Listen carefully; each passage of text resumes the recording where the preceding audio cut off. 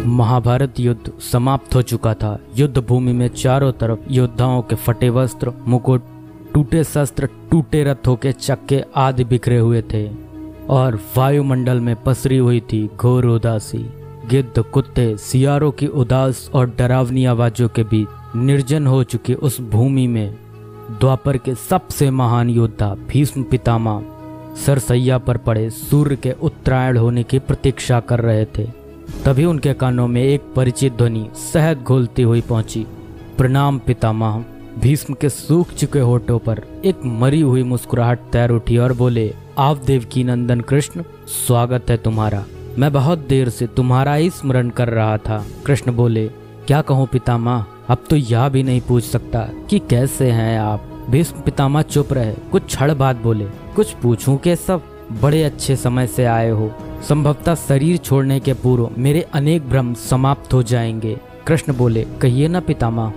भीष्म पितामह ने कहा, एक बात बताओ कृष्ण, तुम तो ईश्वर हो ना। कृष्ण ने बीच में ही टोका और कहा, नहीं पितामह, मैं तो आपका पौत्र हूँ, ईश्वर नहीं।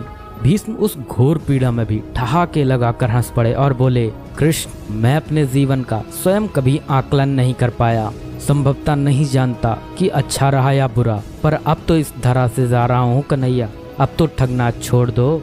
कृष्ण भीष्म पितामह के थोड़ा करीब आए और उनका हाथ पकड़कर बोले, कहिए पितामह, क्या पूछना चाहते हैं आप। भीष्म पितामह बोले, एक बात बताओ कन्हैया, इस युद्ध में जो हुआ वो ठीक था क्या। कृष्ण ने कहा, किसकी ओर से पितामह, पांडवों की ओर से या कौरवों की ओर से। भीष्म पितामह ने कहा, कौरवों के कृत्यों पर चर्चा का तो कोई अर्थ ही नहीं रहा कन्हैया, पर क्या पांडवों की ओर से जो हुआ वो सही था। आचार्य द्रोण का वध, दुर्योधन की जंघा के नीचे प्रहार, दुशासन की छाती का चीरा जाना, जयद्रथ के साथ हुआ छल, निहत्थे कर्ण का वध, यह सब उचित था क्या। कृष्ण ने कहा, इसका उत्तर मैं कैसे दे सकता हूँ पितामह, इसका उत्तर तो उन्हें देना चाहिए जिन्होंने यह किया। उत्तर दे दुर्योधन का वध करने वाले भीम, उत्तर दे कर्ण और जयद्रथ का वध करने वाले अर्जुन। मैं तो इस युद्ध भूमि में कहीं था ही नहीं पितामह। भीष्म पितामह ने कहा, अभी भी छलना नहीं छोड़ोगे कृष्ण। अरे विश्व भले कहता रहे कि महाभारत को अर्जुन और भीम ने जीता, पर मैं जानता हूँ कन्हैया कि यह तुम्हारी और केवल तुम्हारी विजय है। मैं तो उत्तर तुम्ही से पूछूंगा कृष्ण। भीष्म पितामह के इतना कहते ही कृष्ण थोड़ा गंभीर स्वर में बोले, तो सुनिए पितामह, कुछ बुरा नहीं हुआ, कुछ अनैतिक नहीं हुआ, वही हुआ जो होना चाहिए। भीष्म पितामह ने कहा, या तुम कह रहे हो कि सो मर्यादा पुरुषोत्तम राम का अवतार कृष्ण कह रहा है। यह छल तो किसी युग में हमारे सनातन संस्कारों का अंग नहीं रहा, फिर यह उचित कैसे हुआ। कृष्ण ने कहा, इतिहास से शिक्षा ली जाती है पितामह, पर निर्णय वर्तमान की परिस्थितियों के आधार पर लेना पड़ता है।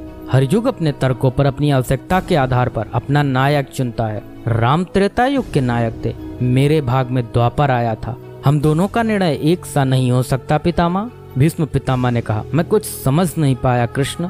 कृष्ण ने कहा, पितामह, राम और कृष्ण की परिस्थितियों में बहुत अंतर है। राम के युग में खलनायक भी रावण जैसा शिवभक्त होता था, तब रावण जैसी नकारात्मक शक्ति के परिवार में भी विभीषण जैसे संत हुआ करते थे। तब बाली जैसे खलनायक के परिवार में भी तारा जैसी विदुषी स्त्रियां और अंगद जैसे सज्जन पुत्र होते थे।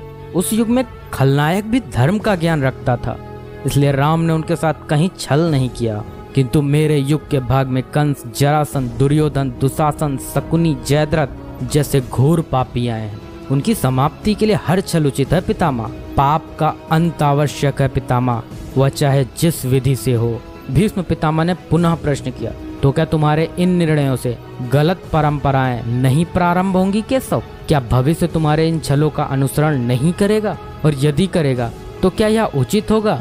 कृष्ण ने कहा, भविष्य तो इससे भी अधिक नकारात्मक आ रहा है पितामह। कलयुग में तो इतने से भी काम नहीं चलेगा, वहाँ मनुष्य को कृष्ण से भी अधिक कठोर होना होगा, नहीं तो धर्म समाप्त हो जाएगा। जब क्रूर और अनैतिक शक्तियाँ सत्य एवं धर्म का समूल नाश करने के लिए आक्रमण कर रही हों, तो नैतिकता अर्थहीन हो जाती है पितामह। तब महत्वपूर्ण होती है विजय, केवल विजय।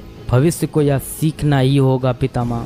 भीष्म पितामह ने पूछा, क्या धर्म का भी नाश हो सकता है केशव, और यदि धर्म का नाश होना ही है तो क्या मनुष्य इसे रोक सकता है। कृष्ण ने कहा, सब कुछ ईश्वर के भरोसे छोड़कर बैठना मूर्खता होती है पितामह। ईश्वर स्वयं कुछ नहीं करता, केवल मार्गदर्शन करता है। सब मनुष्य को ही स्वयं करना पड़ता है। आप मुझे भी ईश्वर कहते हैं ना, तो बताइए ना पितामह, मैंने स्वयं इस युद्ध में कुछ किया क्या? सब पांडवों को ही करना पड़ा ना। यही प्रकृति का संविधान है। युद्ध के प्रथम दिन यही तो कहा था मैंने अर्जुन से, यही परम सत्य है। कृष्ण की बातों को सुनकर भीष्म पितामह संतुष्ट लग रहे थे। उनकी आंखें धीरे धीरे बंद होने लगी। उन्होंने कहा, चलो कृष्ण, या इस पृथ्वी पर अंतिम रात्रि है, कल संभवतः चले जाना होगा। अपने इस अभागे भक्त पर कृपा करना कृष्ण। कृष्ण ने मन में ही कुछ कहा और भीष्म को प्रणाम कर लौट चले। पर युद्ध भूमि के उस डरावने अंधकार में भविष्य को जीवन का सबसे बड़ा सूत्र मिल चुका था। जब अनैतिक और क्रूर शक्तियां सत्य और धर्म का विनाश करने के लिए आक्रमण कर रही हों, तो नैतिकता का पाठ आत्मघाती होता है। ईश्वर कुछ भी नहीं करते, ईश्वर सिर्फ राह दिखाते हैं। सब कुछ हमें ही करना पड़ता है और ईश्वर के भरोसे हाथ पर हाथ रख के बैठे रहना मूर्खता होती है।